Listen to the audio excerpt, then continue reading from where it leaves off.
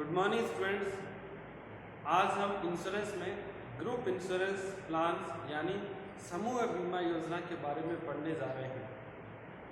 आज की इस क्लास में हम ग्रुप इंश्योरेंस का मतलब क्या है उसका डिटेल मीनिंग समझेंगे। इसके साथ ही ग्रुप इंश्योरेंस जो प्लान है उसका कैरेक्टरिस्टिक्स क्या है, विशेषताएं क्या होती है, एडवांटेज और डिसएडवांटेज क्या है, इनको भी समझेंगे। तो आइए शुरुआत करते हैं ग्रुप इंश्योरेंस या समूह बीमा योजना। देखिए, समूह बीमा योजना को समझने से पहले उसके पीछे जो उसका बैकग्राउंड है, पृष्ठभूमि है, उसको समझना ज़रूरी है। वर्तमान में जो बिजनेस ऑर्गेनाइजेशन है उसका आकार तेज़ी से जो बढ़ रहा है और उसमें जो काम करने का जो तरीके हैं उसमें भी बदलाव हो रहा है। जोखिम की मात्रा है, जो रिस्क जो अमाउंट ऑफ रिस्क है उसमें भी चेंजेस आ रहे हैं। और ऐसी परिस्थिति में जो ऑर्गेनाइजेशन का कुछ जगह जो स्टैट्यूटरी ऑब्लिगेशन बन जाता है कि वो सभी कर्मचारी जो भी उसके अंडर में काम कर रहे हैं, जो उस ऑर्गेनाइजेशन में काम कर रहे हैं, उनका ग्रुप इंश्योरेंस परचेज करें या उनका एक सामूहिक बीमा करवाएं। इसके साथ ही कुछ जगह कर्मचारी है उनके वेलफेयर के लिए ऑर्गेनाइजेशन के द्वारा इस प्रकार का डिसीजन लिया जाता है कि सभी एम्प्लॉयज़ का एक साथ ग्रुप इंश्योरेंस करवाया जाता है। तो इसी उद्देश्य से ये ग्रुप इंश्योरेंस का जो है एक तरीके से इवोल्व हुआ है ना, एक तरीके से विकास हुआ। और ये किस प्रकार से काम करता है तो इसको समझने के लिए सबसे पहले हम पढ़ते हैं कि ये ग्रुप इंश्योरेंस का एक डेफिनेशन है जो प्रोफेसर फ्रैंक जोसेफ एंजल के द्वारा दिया गया है। तो देखते हैं क्या है definition. Group insurance is a plan for ensuring groups of person without individual selection of their life. Group insurance में हम किसी ग्रुप के लोगों का सामूहिक तौर पर बीमा करते हैं, ना केवल किसी एक व्यक्ति के या जो इंडिविजुअल या जो व्यक्तिगत जो जीवन है उसको हम सेलेक्ट करते हैं, बल्कि सामूहिक रूप से, है ना, सभी व्यक्तियों का एक साथ बीमा करना। किसी अकेले व्यक्ति का बीमा नहीं करना है, अलग अलग बीमा भी नहीं करना है, ठीक है ना। जैसे किसी ग्रुप में 100 लोग हैं तो 100 लोगों का हम यदि एक साथ बीमा करते हैं तो उसको समूह बीमा या ग्रुप इंश्योरेंस करते हैं। जब हम 100 लोगों का बीमा करते हैं लेकिन प्रत्येक व्यक्ति का बीमा हम अलग अलग करते हैं, अलग अलग कॉन्ट्रैक्ट करते हैं इंश्योरेंस प्रत्येक व्यक्ति के साथ, प्रत्येक कर्मचारी के साथ, तो उसे हम इंडिविजुअल इंश्योरेंस कहेंगे, व्यक्तिगत बीमा, ना कि ग्रुप इंश्योरेंस, ठीक है ना। ग्रुप इंश्योरेंस में एक ही कॉन्ट्रैक्ट के अंडर में और सभी लोगों का जो भी उस ग्रुप में आते हैं, ठीक है ना, उन सब का बीमा किया जाता है। तो समूह बीमा या ग्रुप इंश्योरेंस एक ऐसा इंश्योरेंस का प्रकार है जिसमें किसी पर्टिकुलर ग्रुप में आने वाले व्यक्तियों का सामूहिक रूप से या कलेक्टिवली इंश्योरेंस किया जाता है। तो अब हम इसके जो कैरेक्टरिस्टिक्स हैं उनको समझते हैं। फर्स्ट है people of group are insured, ठीक है ना। ये मैंने आपको बताया कि ग्रुप इंश्योरेंस के अंदर जो ग्रुप में आने वाले जो लोग हैं, चाहे उसमें एम्प्लॉयज हो सकते हैं या देखिए अलग अलग लोगों का भी ग्रुप हो सकता है, जैसे टैक्सी चलाने वाले व्यक्तियों का ग्रुप हो सकता है, ठीक है ना। जो सीए हैं उनका ग्रुप हो सकता है, जो डॉक्टर्स हैं उनका ग्रुप हो सकता है, एसोसिएशन। तो किसी भी ग्रुप में आने वाले व्यक्तियों का ये सामूहिक रूप से बीमा किया जाता है। नेक्स्ट है people are insured collectively under one contract.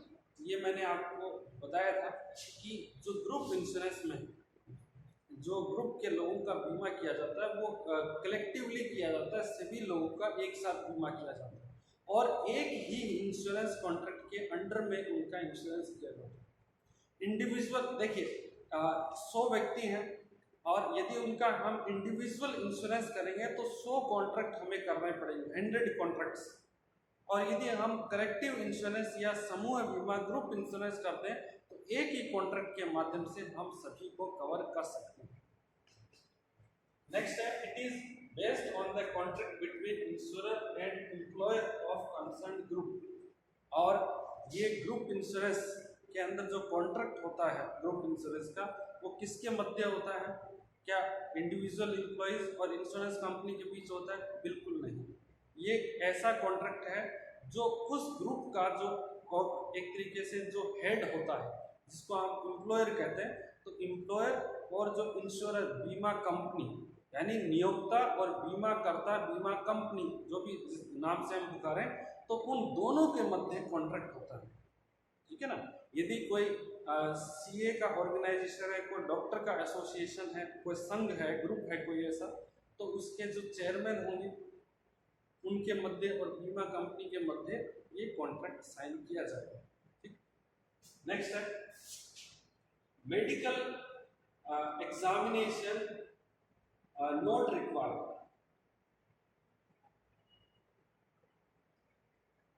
ये एक ऐसा देखिए इंश्योरेंस है, कॉन्ट्रैक्ट है जिसमें मेडिकल एग्जामिनेशन नहीं होता।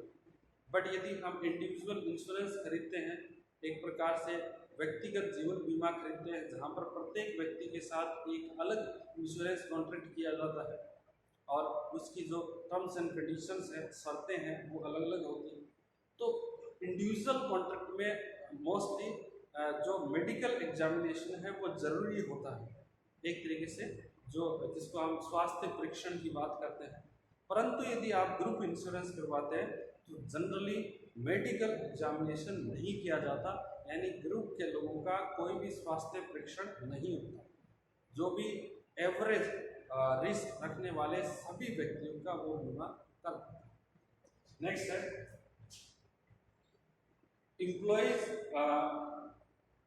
employees health character habits are not having significant impact covered only on average risk factor। देखिए इंडिविजुअल आप इंश्योरेंस करवाते हैं तो उसमें जो आपका इंश्योरेंस कॉन्ट्रैक्ट है वो आपका हैबिट क्या है, आपका करैक्टर कैसा है, आपका हेल्थ कैसा है, उस पर डिपेंड करता है। यदि आपका करैक्टर ठीक नहीं है, यदि हेल्थ ठीक नहीं है, तो बीमा कंपनी आपको इंश्योरेंस करने से मना कर सकती है। ये इंडिविजुअल इंश्योरेंस की बात है, व्यक्तिगत जीवन बीमा की। लेकिन ग्रुप इंश्योरेंस के अंदर जो व्यक्ति विशेष का जो करैक्टर है, चरित्र है, उसका स्वास्थ्य हेल्थ है, या उसका जो हैबिट है, ठीक है ना, कोई स्मोकिंग वगैरह का कोई, तो इस पर कोई इसका कोई विशेष प्रभाव है वो सामूहिक बीमा पर नहीं पड़ता है। यदि हम इंडिविजुअल इंश्योरेंस में बात करें तो उसमें यदि उसका करैक्टर लूज होगा, यदि उसका स्वास्थ्य ठीक नहीं है, उसका हैबिट सही नहीं है, तो बीमा कंपनी उससे ज़्यादा प्रीमियम चार्ज कर सकती है। लेकिन ग्रुप इंश्योरेंस में एक समान जो प्रीमियम है वो चार्ज किया जाता है। ठीक।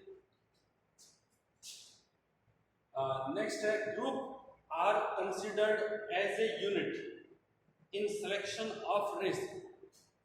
ग्रुप इंश्योरेंस के अंदर जैसे हम यूनिट किसको मानते हैं, तो जो ग्रुप होता है उसको एक यूनिट मानेंगे, उसको एक इंडिविजुअल की तरह हम ट्रीट करेंगे। और इंडिविजुअल इंश्योरेंस जो व्यक्तिगत बीमा करवाते हैं उसमें एक व्यक्ति होता है, वो एक यूनिट माना जाता है। तो इस प्रकार ग्रुप इंश्योरेंस के अंदर हम उस ग्रुप को, जिसके अंडर में आने वाले लोगों का हम यदि बीमा करवा रहे हैं, तो उस ग्रुप को हम एक यूनिट मानेंगे। और इसमें उसी ग्रुप के अंदर जो रिस्क कैसा है, उस रिस्क को ध्यान में रखकर है इंश्योरेंस प्रीमियम है वो डिसाइड करेंगे।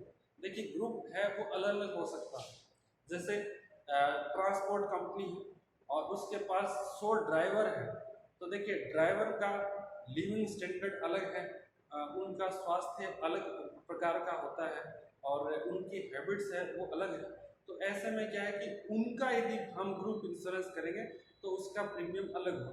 यदि किसी ऑर्गेनाइजेशन में जैसे कोई एजुकेशन इंस्टीट्यूट है और वहाँ पर 100 लोग कार्य कर रहे हैं, टीचिंग स्टाफ है, पढ़ाने वाले टीचर्स हैं, उनका यदि सामूहिक बीमा करेंगे तो उसका प्रीमियम अलग होगा, क्योंकि उनका हैबिट अलग है, कार्य करने का जो तरीका अलग है, जोखिम जो फैक्टर है, रिस्क फैक्टर वो डिफरेंट है।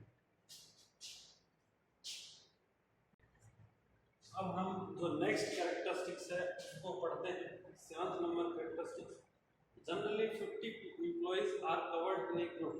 और जो साधारण रूप से जो अधिकतम जो संख्या है एक ग्रुप में वो 50 हो सकती है, ठीक है ना। एवरेज ये मानकर चलते हैं कि 50 लोग एक ग्रुप में होने चाहिए, ठीक है, ग्रुप इंश्योरेंस के लिए।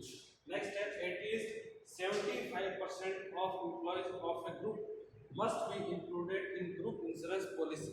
यहाँ पर एक बात आपको समझना है, यदि किसी ऑर्गेनाइजेशन में 100 कर्मचारी हैं तो कम से कम 75% यानी 75 कर्मचारी 75 एम्प्लॉयज ऐसे होने चाहिए जो ग्रुप इंश्योरेंस करवाना चाहते हैं, तभी ये संभव है, ठीक है।